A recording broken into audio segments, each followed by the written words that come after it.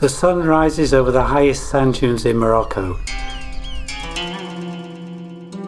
These are the dunes of Erg Chebbi. The highest reach 150 metres. Erg Chebbi is 22 kilometres long and 5 kilometres wide. This is the best place in Morocco for desert activities. For us, it will be a morning excursion by car with several visits, and at the end of the day we'll cross the dunes on camels to reach a bivouac where we'll spend the night.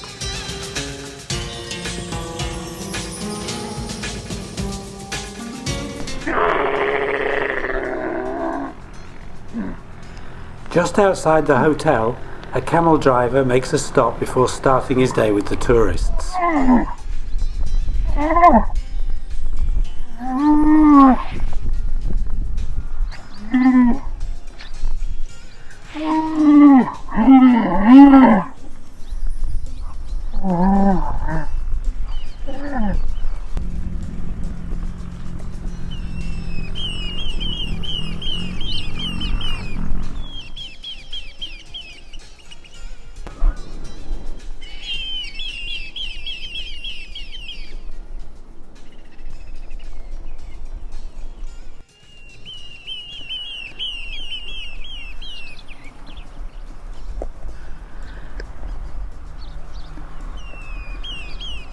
The word camel, which has two humps, is often used to refer to the dromedary, its cousin, which has only one. But the former lives in Asia and the latter in Africa. The dromedary is indeed native to Asia, but by migrating to the hot deserts of Africa, its humps fused into one, as this environment requires less energy expenditure than that in which the camel lives.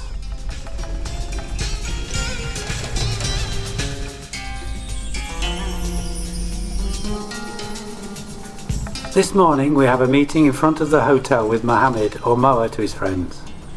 He is from MERZOUGA and lives here with his family. He will be our guide and driver for 4 hours.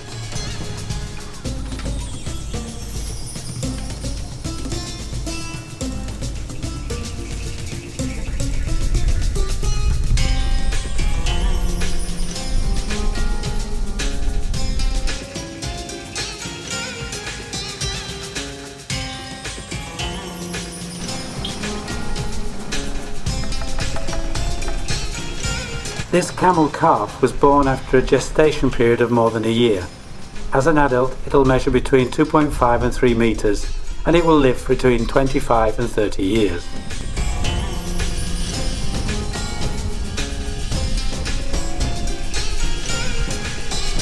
A camel's hump is not a water reservoir, as is often believed, but an energy reserve. It's a mass of fat that can weigh over 100 kilos in a healthy, well-fed animal. Camels are no longer found in the wild.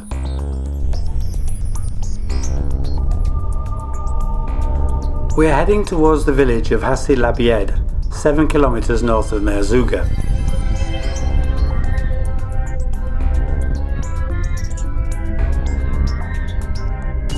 Our guide wants to show us the ingenious irrigation system of this community oasis, where each family owns a plot of land to cultivate.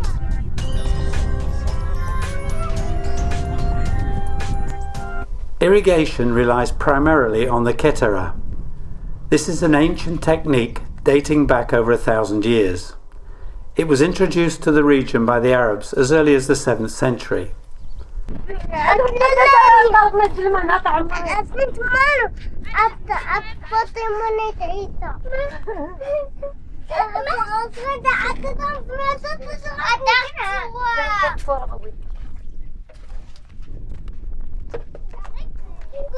The ketera in this village, which dates from the 15th century, allows for the cultivation of palm groves, vegetable gardens and fruit trees, despite the scarcity of water in the desert. The principle is to dig numerous shallow wells to access the water that is not far below the surface. A canal is dug which carries the water to the palm grove where the gardens are located. Several reservoirs are also installed for the family's drinking water. A local council organises water distribution, canal maintenance and conflict resolution. Each family is allocated a certain amount of time to access water for watering their crops and for personal use.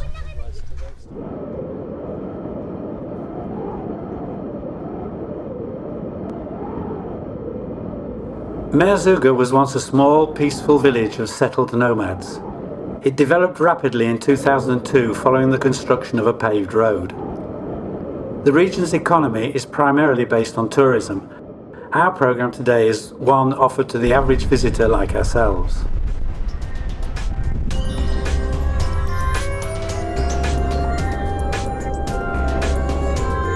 From here you can see some of the 150 luxury campsites that welcome tourists.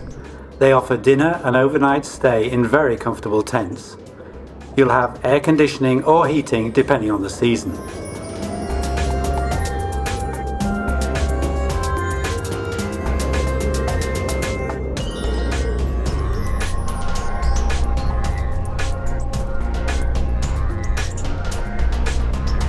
Our guide is now taking us to a traditional Berber village.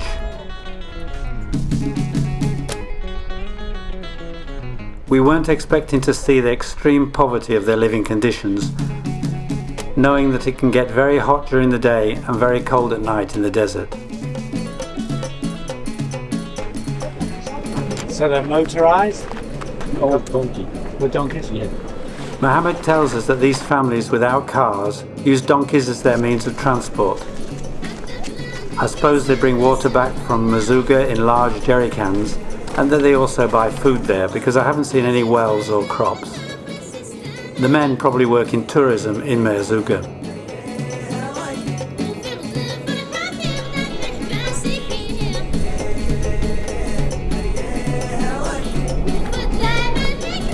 Although we're only a few kilometres from the city, I doubt that all the children attend school.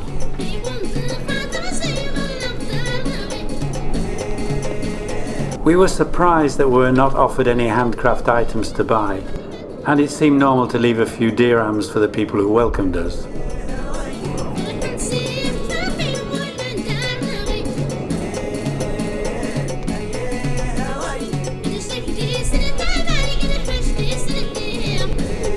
Mohammed serves us traditional mint tea. It's essential to pour it from a great height to oxygenate it. This will enhance its flavour even more. Traditionally, it's drunk 3 times a day. Oh, yeah. Oh, breakfast. Oh, wow. Oh, is that olive oil? Yeah. And this? Ça, c'est le jus of date. Oh, dates? Yeah, date jus. Date, yeah, okay. We continue our excursion towards the old Amizigh cemetery. Amizigh being the original name for the Berbers. The word Berber comes from the Latin barbarius, designating people whose language one does not understand.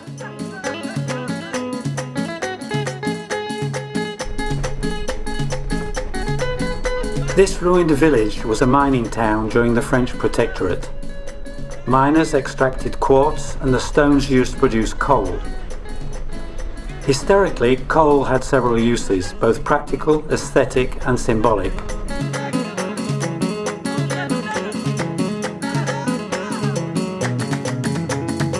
These mines closed after Morocco's independence, and the inhabitants left to live in MERZOUGA.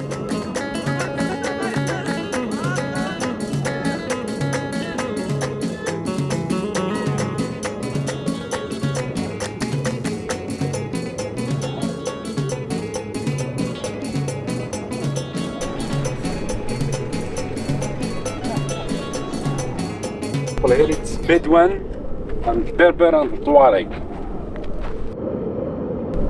So, travelling? Yeah, traveling before. But How long has this been here? How long has this been? 100 years. Yeah. Face to Mecca.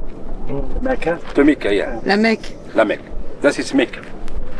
The MERZOUGA and Gnawa region, like the rest of southern Morocco, is predominantly Muslim. The graves are all oriented so the deceased faces Mecca. However, the headstones marking men's graves and women's graves are perpendicular. C'est une femme qui est mort enceinte. Yes. C'est une chef d'une tribu. Okay. Chef. So she was a chief of a tribe. Yeah. So, but it's a woman. If they got stones, C'est Mane Rock. if they got rocks on. Yeah. Okay. My war for tea. Before in 3 years, war for us. The region is teeming with marine fossils, the oldest of which are 500 million years old. I'll tell you more about them in my next video when we're in Erfurt.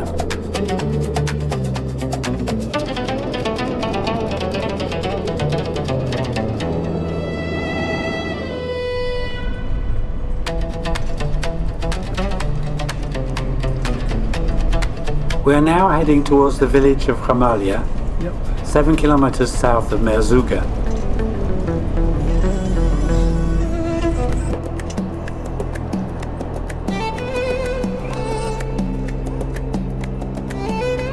This small village is often nicknamed the Black Village because it is the home of the descendants of former slaves from sub-Saharan Africa. And here the people, it's black people, they living in this village. They are called Gnawa or Bambara.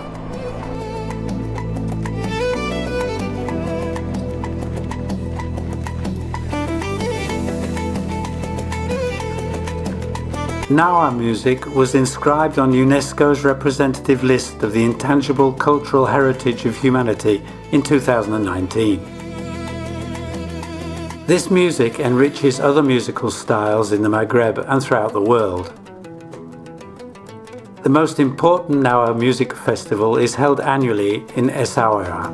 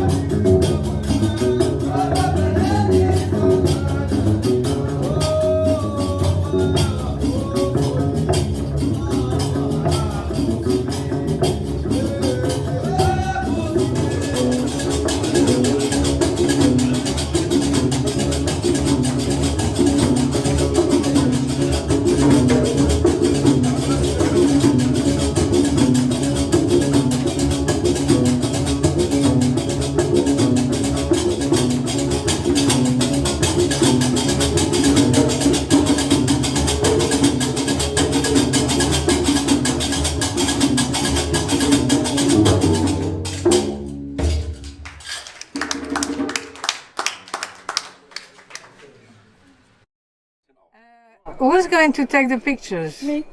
She's going to take a picture. Okay. You good? Did you dance, Dave? Pardon? Did you dance? No, we didn't dance. No, but we listened. This restaurant has a 4.9 rating on TripAdvisor and we really enjoyed it.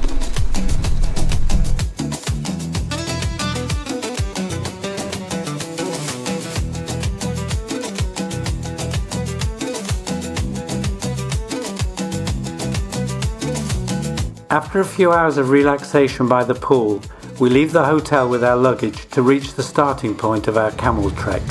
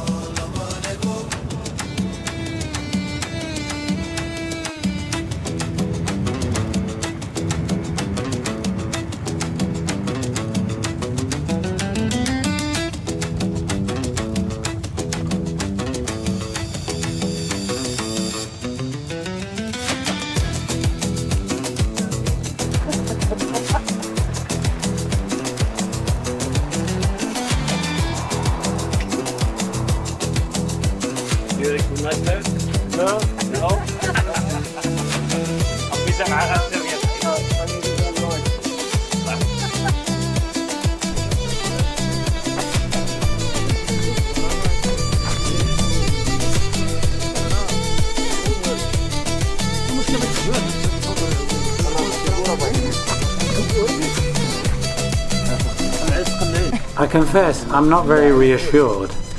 It's easier to mount a horse than a camel's hump. And when it rears up, you're suddenly thrown backwards and then forwards, so you'd better hold on tight. Your wife?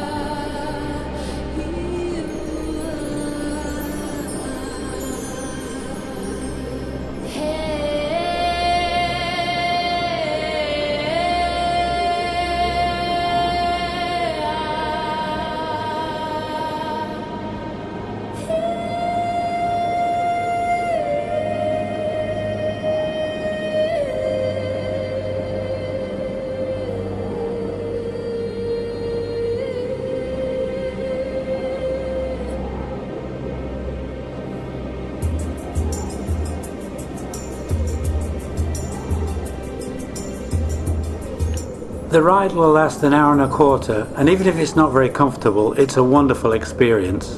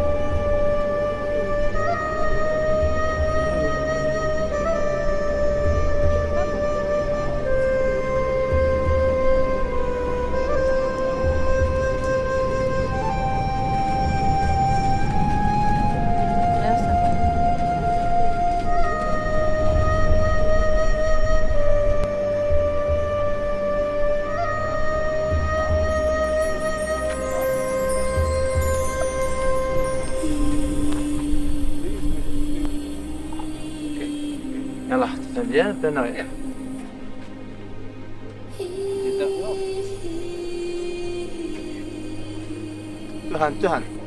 Tuhan. Yeah. It's difficult. Yes, I know. I'm going to it. And there's like two rooms, maybe. No. Only They one? were of the same. Same. But they're like they're like two. Very good. Very good.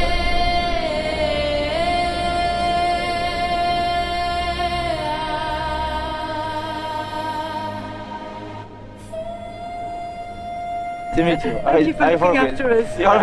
Ali Baba. And Rob. What is Rob. Rob? Yeah. Nice to meet you. You Bullman. Bullman. Yalla. Yeah. See you next time. Yes. Thank Yalla. Bon voyage.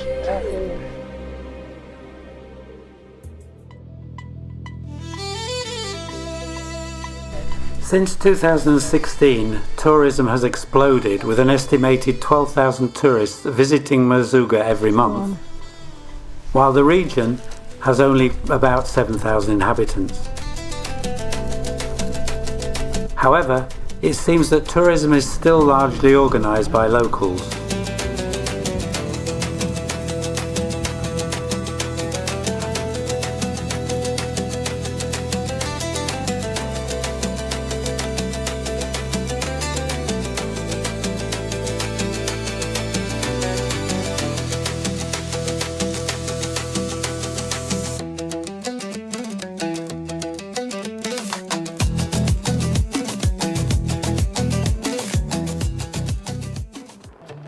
Tomorrow we'll leave MERZOUGA for the Tsar of Tinajad, passing through Erfoud, the capital of Moroccan fossils. Then we'll descend into a Ketara. Finally we'll reach Boulan Dades and its striking rocky cliffs, passing through the spectacular Todra Gorge.